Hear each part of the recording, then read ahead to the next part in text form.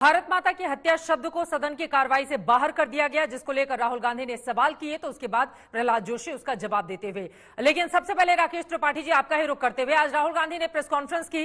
उनकी ओर से कहा गया कि बीते 18-19 सालों से मैं सांसद हूं, लेकिन जिस तरह की स्थिति मणिपुर में बनी हुई है मैंने कभी पहले नहीं देखी है। दरअसल बीजेपी वहां की आग को बुझाना ही नहीं चाहती, वो वहां की आग को जलाए रखना चाहती है। क्या है जवाब इस पर? देखिए चित्रा जी, राहुल गांधी न भारत को जानते हैं न भारत माता को जानते हैं। भारत माता जीवंत हैं, भारत माता अजर हैं, भारत माता अमर हैं। भारत माता एक भाव है, एक भावना है जो 140 करोड़ भारतीयों के दिल में अनवरत लगातार धड़कती रहती है। और जिस तरह से उन्होंने कहा कि भारत मां की हत्या कर दी गई, मुझे लगता है कि ये इतने निंदनीय शब्द हैं, उसके बाद भी राहुल गांधी को क्या उनकी पूरी पार्टी में कोई समझाने वाला नहीं है कि आपने जो कहा ये आपकी स्लिप ऑफ टंग हो सकती है, आपकी समझदारी की कमी हो सकती है, लेकिन क्या पूरी कांग्रेस पार्टी आज उनके इस स्टेटमेंट के साथ खड़ी हुई है? और आज फिर प्रेस कॉन्फ्रेंस में राहुल गांधी इस बात को दोहराने का काम कर रहे हैं कि भारत माता की हत्या हो गई है। मुझे लगता है कि यह भारत के सभी नागरिकों की भावना को दुख पहुंचाने वाला वाक्य है। राहुल गांधी को अपने इस वक्तव्य के लिए माफी मांगनी चाहिए और केवल संसद की कार्रवाई से भारत माता की हत्या हटाने जैसा शब्द नहीं है, ये पूरे देश को चोट पहुंचाने वाला शब्द है, पूरे देश के देशभक्त नागरिकों की भावना को ठेस पहुंचाने वाला शब्द है। राकेश त्रिपाठी जी, लेकिन मणिपुर में जिस तरह की स्थिति बनी हुई है, आज उसका 100वां दिन है। 100 दिनों में अगर वहां की स्थिति में सुधार नहीं आया है तो राहुल गांधी सलाह दे रहे हैं कि वहां पर आर्मी को भेज दिया जाए। 2-3 दिनों में उसकी वहां की स्थिति पूरी तरह से सुधर जाएगी। मानेगी सरकार उनकी बात को? देखिए चित्रा जी, राहुल गांधी उसी प्रकार के वक्तव्य दे रहे हैं जैसा उनकी दादी ने किया है। देश जानता है कि कैसे 1966 में 5 मार्च को वायुसेना भेज करके मिजोरम का क्या हाल किया था। आप भारत की भूमि पर भारत के नागरिकों पर सैन्य प्रयोग करेंगे और इस प्रकार का सैन्य प्रयोग की अपेक्षा कर रहे हैं, कितना बड़ा नरसंहार होगा इससे। 6 वर्षों में पिछले मणिपुर में एन बीरेन सिंह की सरकार ने ही किस तरह से मणिपुर को शांत स्टेट बनाने का काम किया था। किसी प्रकार का कोई कर्फ्यू नहीं होता है, किसी प्रकार का कोई ब्लॉकेड नहीं होता है, लेकिन 6 वर्षों के बाद कहीं एक घटना घटती है हाईकोर्ट के निर्देश के बाद, और उसके बाद हिंसा की घटनाएं वहां लगातार होती हैं। हम स्वीकार करते हैं कि हिंसा की घटना का होना बहुत दुखदाई है और राज्य सरकार पूरी तत्परता के साथ, केंद्र सरकार के सामंजस्य के साथ पैरामिलिट्री फोर्सेस वहां पर पूरी तरह से डिप्लॉय की गई हैं। लगातार हिंसा को काबू करने का प्रयास किया जा रहा है, लेकिन ये बार बार पेट्रोल डालने का प्रयास करते हैं, केरोसिन डालने का प्रयास करते हैं और आरोप हम पर लगा रहे हैं। आप अपने ट्रैक रिकॉर्ड को देखिए कि आपकी सरकार में रहते हुए पूरे नॉर्थ ईस्ट की आपने क्या दशा कर रखी थी। बार बार वो आपको आईना दिखा रहे हैं कि कांग्रेस पार्टी के राज में नॉर्थ ईस्ट की क्या स्थिति बनी हुई थी। और राहुल गांधी ने जब आज प्रेस कॉन्फ्रेंस की, हम सब ने बहुत गौर से सुना। उन्होंने कहा प्रधानमंत्री ने 2 घंटे 12 मिनट का भाषण दिया, उसमें सिर्फ वो 2 मिनट बोलते हुए नजर आए, जबकि फैक्ट चेक करने पर हमें यह जानकारी मिली कि प्रधानमंत्री ने जो 2 घंटे 12 मिनट तक का भाषण दिया, 42 मिनट तक पीएम ने मणिपुर पर बोला। गृह मंत्री ने 2 घंटे 7 मिनट का जो भाषण दिया उसमें उन्होंने 40 मिनट तक बोला, जबकि राहुल गांधी ने मणिपुर से जुड़े मुद्दे पर टोटल 37 मिनट तक अपनी पूरी वक्तव्य रखा और 16 मिनट तक मणिपुर पर भाषण दिया। तो मणिपुर पर सरकार की ओर से जो जवाब आया, क्या उससे संतुष्ट नहीं है कांग्रेस पार्टी? चित्रा जी, हम इस पर राजनीति बिल्कुल नहीं करना चाहते। 80 दिन तक प्रतीक्षा कर रहे थे, प्रधानमंत्री जी से गुहार लगा रहे थे कि प्रधानमंत्री जी हमें कोई रास्ता दिखाइए, आप देश के बड़े नेता हैं, आप मार्ग प्रशस्त करेंगे। प्रधानमंत्री जी 80 दिन तक मौन साधे रहे। अविश्वास का प्रस्ताव लाना पड़ा, हमारे पास संख्या बल नहीं था।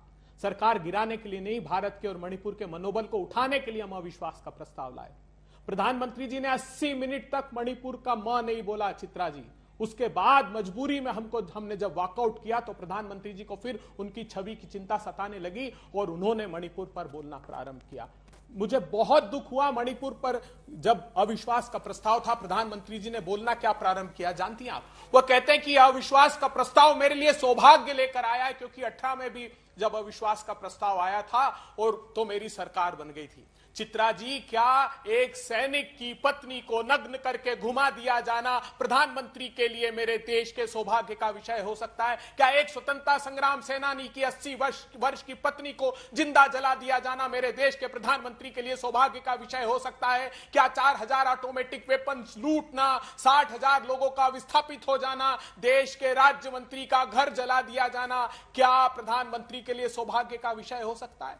नेता प्रतिपक्ष ने जब मणिपुर पर बोला तो प्रधानमंत्री जी कहते हैं वो सब गुड़ गोबर कर देते हैं। अरे प्रधानमंत्री जी, मणिपुर की संवेदनाओं को व्यक्त करना गुड़ गोबर नहीं। और अंतिम वक्तव्य क्या दिया प्रधानमंत्री जी ने? उन्होंने कहा, मैं प्रतिपक्षी दलों को कहता हूं कि अगली बार कोई अविश्वास प्रस्ताव लाओ तो उसमें इनोवेशन ढूंढना, उसमें क्रिएटिविटी ढूंढना। अरे तैयारी के साथ आने की सलाह दी है। ठीक है जी, वहां भारत माता आपकी बात बेहद महत्वपूर्ण है अभय दुबे जी, और आज जो बातें कही गई हैं राहुल गांधी की ओर से वो भी बहुत इंपॉर्टेंट है। लेकिन राहुल गांधी की अगर हम संसद की स्पीच को उठाकर देखें तो बीजेपी की ओर से जो आरोप लगाए जा रहे हैं कि अगर उनको इतनी ही मणिपुर की चर्चा रहती तो फिर भारत जोड़ो यात्रा पर पूरा फोकस और जोड़ों के दर्द पर पूरा स्ट्रेस देकर बात नहीं करते राहुल गांधी। उन्होंने भी तो 16 मिनट ही बोला ना 37 घंटे के अपने भाषण, 37 मिनट के अपने भाषण में। तो संजीदा कौन कहां पर है ये तो सबके भाषण से समझ में आ गया। अगर उधर से ऐसी स्थिति है तो उधर से भी ऐसी स्थिति है। 48 घंटे वहां दर्द बांटने के लिए खुद राहुल गांधी जी गए।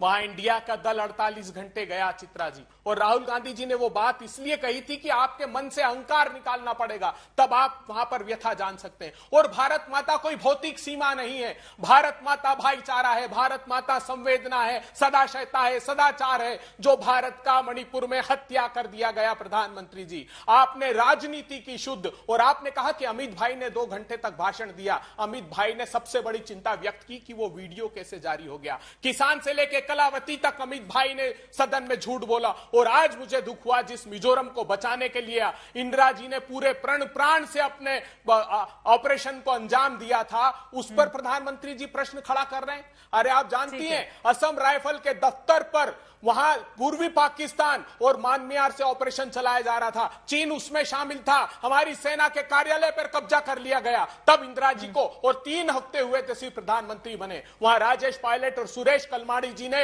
वहां भारत के सैनिकों की रक्षा की, उनको निकाल कर लेकर आए, और उस पर आप सवाल खड़ा करते हैं। अरे अविभाज्य भारत के लिए जिन्होंने अपने प्राणों को आहूत कर दिया इंदिरा जी ने, उन पर प्रश्न खड़ा करते हैं। इससे बड़ा दुर्भाग्य देश का नहीं हो सकता। मेरे ठीक है, लेकिन 1993 का जो जिक्र किया जा रहा था गृह मंत्री की ओर से, उसमें तो नहीं पीएम की ओर से कोई स्पष्ट वक्तव्य दिया गया ना, एमओएस की ओर से उस समय अपनी बातें रखी गई थी। लेकिन राकेश त्रिपाठी जी, उनका सवाल तो महत्वपूर्ण है, भारत माता की हत्या से किस तरह का संदर्भ वो बता रहे हैं। अब राहुल गांधी की ओर से आज ये भी कहा गया कि मैतेई और कुकी दोनों के बीच इतनी ज्यादा दूरी बढ़ गई है कि दोनों ही एक दूसरे का चेहरा नहीं देखना चाहते हैं।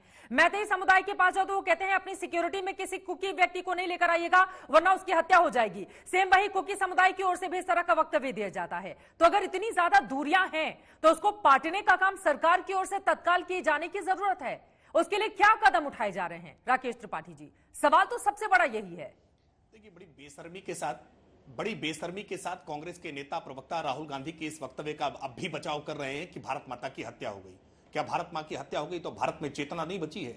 क्या भारत के देशभक्त नागरिकों के मन में जिस भारत माता की जय की बात हम करते हैं, आपने उसको अब निष्प्राण कर दिया है और उसमें प्राण नहीं बचे हैं? ये किस प्रकार की शब्दावली का इस्तेमाल कर रहे हैं आप? आपके शब्द किस प्रकार के भाव व्यक्त कर रहे हैं? अभय दुबे जी, आप तो कम से कम पढ़े लिखे हैं। राहुल गांधी ने कह दिया तो देश मान सकता है कि राहुल गांधी कई बार कुछ भी अनाप शनाप बोल जाते हैं, लेकिन कम से कम कांग्रेस पार्टी के वरिष्ठ नेता उनके इस बयान को जस्टिफाई न करें। क्या आप गुलामी की मानसिकता में एक परिवार के लिए इतना गिर जाएंगे कि आप भारत माता की हत्या को भी जस्टिफाई करने का प्रयास कर रहे हैं?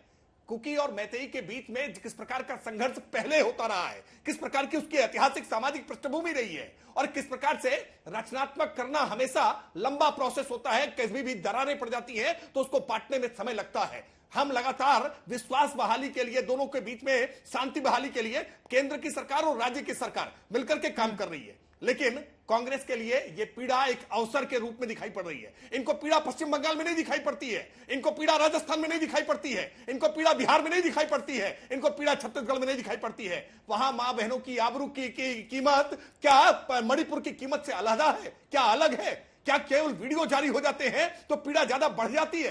किस प्रकार की नृशंसता की गई है राजस्थान में, और नृशंसता के बाद राजस्थान का मंत्री खुलेआम इस प्रकार से सदन में कहता है कि यह मर्दों का प्रदेश है और मर्दों के प्रदेश में इस प्रकार की घटनाएं हो सकती है।